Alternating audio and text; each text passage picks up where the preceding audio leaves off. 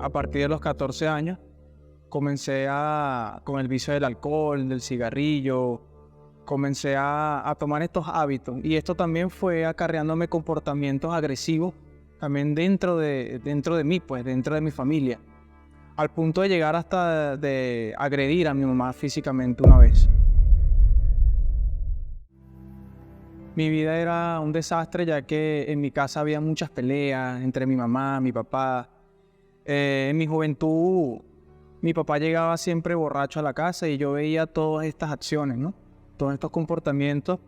Y cuando ya yo tenía una edad de los 14 años, yo empecé a adquirir también estos patrones de comportamientos. Me sentía un joven muy solo, muy solitario, ya que mi papá y mi mamá o sea, no me daban ese afecto, esa compañía que toda persona cuando está en su edad de crecimiento necesita, ¿no?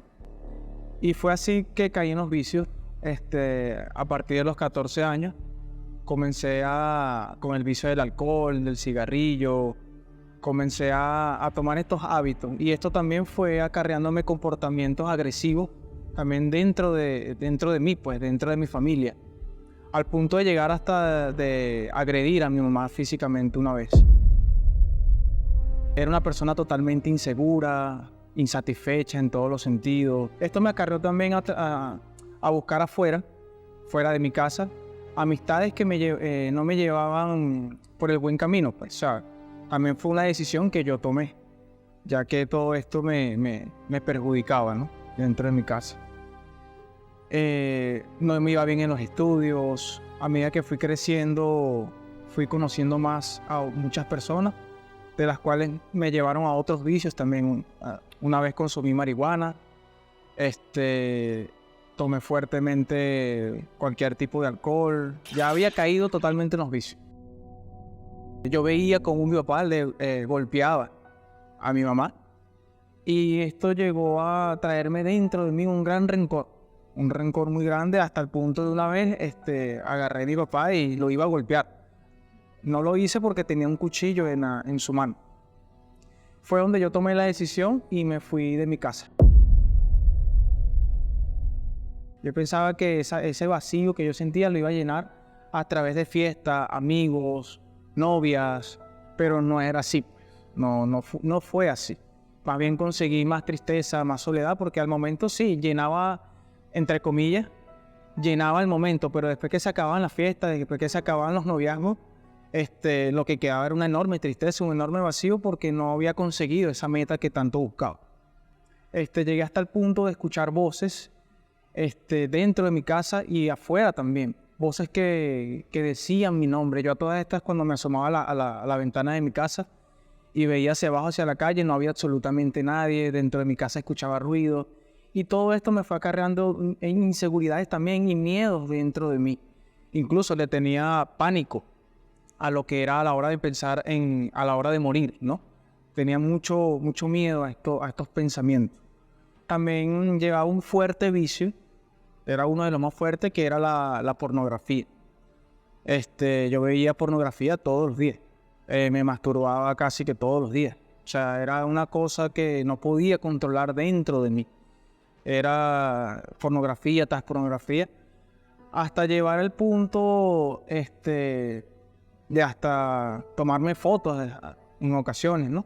Claro, nunca llegaron a salir en redes sociales este tipo de fotos ni nada, pero sí era un vicio que tenía por dentro. Y mi mente, o sea, dentro de mi mente yo no encontraba la solución, yo no encontraba esa vía de escape.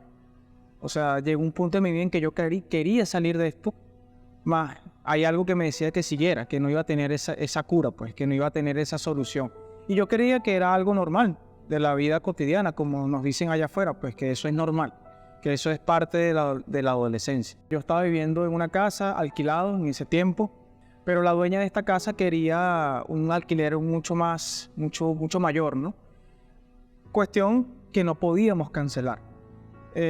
Pasó el tiempo y esta persona decidió sacarme de la casa con unas personas que decidieron sacarme a la fuerza. Incluso en una oportunidad me cayeron a golpes, ¿no? A todas estas lo que sucedió, me sacaron todas las pertenencias, me las sacaron a la calle. Fue completamente un desastre. Me mudo a casa de mi tía, le explico la situación, ella acepta, me dice que no hay ningún tipo de problema. Y es aquí donde conozco a una persona de la Iglesia Universal y me comienza a hablar de la palabra de Dios. Yo vi ahí que había una oportunidad y a través de esta palabra que ella me pasaba, porque me pasaba la palabra con fe, con certeza, y yo veía, ¿no?, esa seguridad, veía una esperanza. Entonces es cuando yo decido, ella me hace una invitación a la Iglesia Universal y yo decido asistir. Fui asistiendo a la iglesia, fui asistiendo a las reuniones, me hablan de bautismo en las aguas, me explican cómo es todo y yo decido bautizarme. Tomo la decisión de enterrar mi vieja criatura, decido dejar todo lo que es el vicio, decido dejar el mal carácter, decidí dejar sobre todo la pornografía, porque yo estaba buscando esa vía de escape, más cuando estaba afuera no encontraba esa solución. Una vez que me bautizo, tomo la decisión de arrepentirme. Me arrepentí con sinceridad, me arrepentí de hecho y de verdad. Y es ahí cuando Dios empieza a purificarme, ¿no? Dios empieza a limpiarme. Empieza a quitar todo eso que no pertenecía a Él. Toda esa inmundicia, toda esa oscuridad, todo ese vacío, toda esa tristeza, esa soledad que yo tenía dentro de mí, por todo lo que había vivido. Es ahí donde comienzo a asistir más a las prédicas, y en una de estas prédicas del día miércoles, Dios habló conmigo a través de una canción que habían colocado ese día en la reunión. La canción me llamó mucho la parte, se llama Fruto de Justicia. Me llama mucho la atención una parte de esa canción porque Dios habló conmigo lo siguiente: si tú quieres recibir, también tienes que dar. Y es ahí donde yo le pregunté, ¿pero qué tengo que dar? O sea, él me dice, tienes que entregarme tu alma, tu espíritu, tienes que entregarme todo de ti.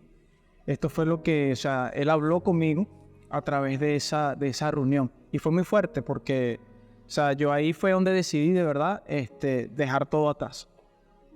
Dejé todo atrás, perdoné, como les había dicho anteriormente, decidí dejar todo eso que a Dios no le pertenecía. Y fue ahí donde entró el Espíritu Santo. Y una palabra muy fuerte también que me llamó la atención y habló conmigo, donde Dios me dijo que, no temas. Está escrito en Isaías 41:10, donde Dios me dijo, no temas, porque yo estoy contigo. No te desalientes, porque yo soy tu Dios. Te fortaleceré y ciertamente te ayudaré y te sostendré con la diestra de mi justicia. Y es ahí donde entra esta palabra y yo la tomo y la agarro para mí, y fue algo increíble, y fue ahí donde llegó el Espíritu Santo. Fue donde sentí esa seguridad, empecé a sentir esa seguridad, empecé a sentir ese vacío se fue llenando, esa certeza de que Dios estaba conmigo y aún está. Fue lo que me motivó, lo que me impulsó a seguir adelante. Comencé a leer más la palabra de Dios, comencé a ayunar, comencé a orar más, comencé a buscar más a Dios, porque de verdad yo quería ser feliz por completo.